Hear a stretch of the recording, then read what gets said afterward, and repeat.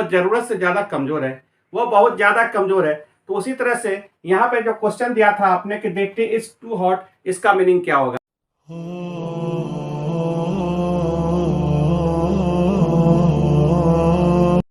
Hello guys, आज मैं आपके लिए रिमूव टू का 4 पार्ट लेकर आया हूँ। हाँ, आपने सही सुना, पार्ट 4। इसके पहले मैंने आपको पार्ट 1, पार्ट 2, पार्ट 3 पढ़ा चुका हूँ। आज मैं आपको पार्ट 4 पढ़ाने जा रहा हूँ। और हाँ, आप एक चीज़ बहुत मुझे अच्छा लगा कि जहाँ पे आप नहीं समझ सके, आपने मुझे कमेंट करके पूछा। हम अपने कमेंट बॉक्स पर चेक किया और आपने पूछा, मुझे बहुत अच्छा लगा। मैं आपसे फिर प्रॉमिस करता हूं कि आपको जहां प्रॉब्लम हो, आप मेरे कमेंट बॉक्स पर लिख कर दे। सबसे पहले मैं आपका डाउट क्लियर करूंगा, उसके बाद मैं आगे पढ़ाऊंगा। तो आइए सबसे पहले मैं आपका डाउट क्लियर करता हूं। आपने मुझसे पूछा था कि सर, जहां पे एक टू रहेगा रिमूव टू में, तो वहां पर क्या करेंगे? तो मैंने आपको पढ़ा चुका हूं। आप मेरा पार्ट 2, पार्ट 3 वीडियो देख लीजिए। फिर भी मैं एट ए ग्लांस में समझा रहा हूं, इसको समझ लीजिए।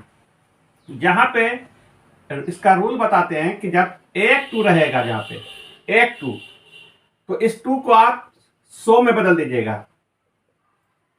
100 के बाद जो इसके बगल में रहेगा, आप उसे लिख दीजिएगा। टू के बगल में जो रहेगा उसे लिख दीजिएगा। और उसके बाद आप देन लिखिएगा। और देन के बाद मैंने आपको बताया था कि इस 4 में कोई एक लिख दीजिएगा। इस 4 पॉइंट में आप किसी एक को लिख दीजिएगा। It is proper, it should be, it requires,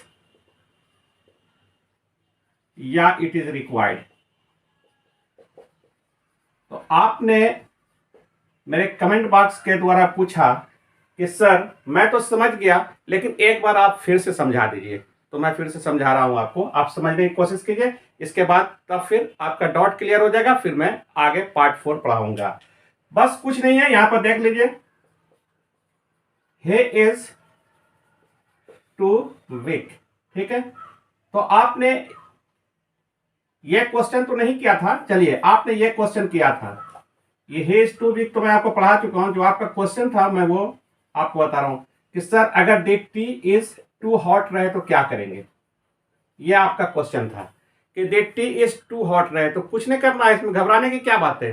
the tea is too hot रहे, या he इज टू वीक रहे, या सी इज टू फैट रहे, कोई बात नहीं है, या सी इज टू थिन रहे, कोई बात नहीं है। अरे आ तो रहा वही एक टू ना सेंटेंस में, तो उसमें घबराने का क्या बात है। फॉर्मूला जो बताया है, जो रूल बताया है, आप उसी को फॉलो करना है।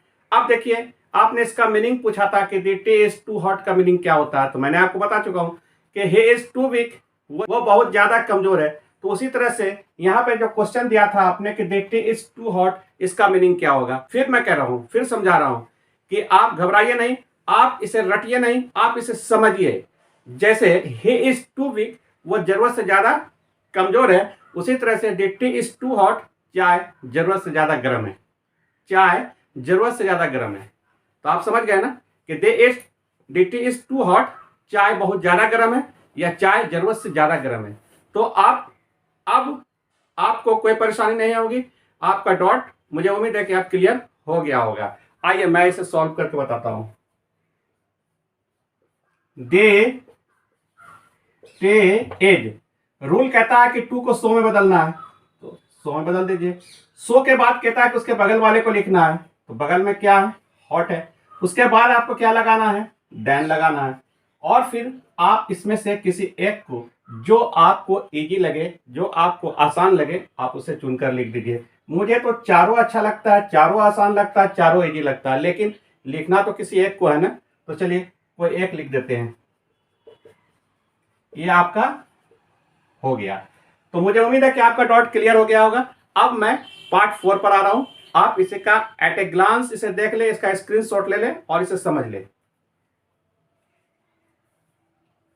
ध्यान से देखिए कि पार्ट 4 में मैं क्या बताने जा रहा हूं। आइए देखिए, यदि सेंटेंस निगेटिव हो, निगेटिव सेंटेंस हो। अब निगेटिव सेंटेंस क्या? इट मीन्स कि अगर सेंटेंस में नॉट लगा हुआ हो तो क्या कीजिएगा? अगर सेंटेंस में नॉट लगा हो तो क्या कीजिएगा, तो आइए देखिए, अगर सेंटेंस में नॉट लगा हो तो थोड़ा से चेंज होगा, उसे समझिए। सबसे पहले ये तो आप जान रहे हैं ना कि टी डबल और टू बदलता है सो में, ओके, और टी और टू बदलता है डैट में, और डैट में बदलने के बाद आपको पता है कि सब्जेक्ट रिपीट होता है, सब्जेक्ट रिपीट होगा, यानी सब्जेक्ट को आप दोबारा लिखते हैं, ठीक है ना।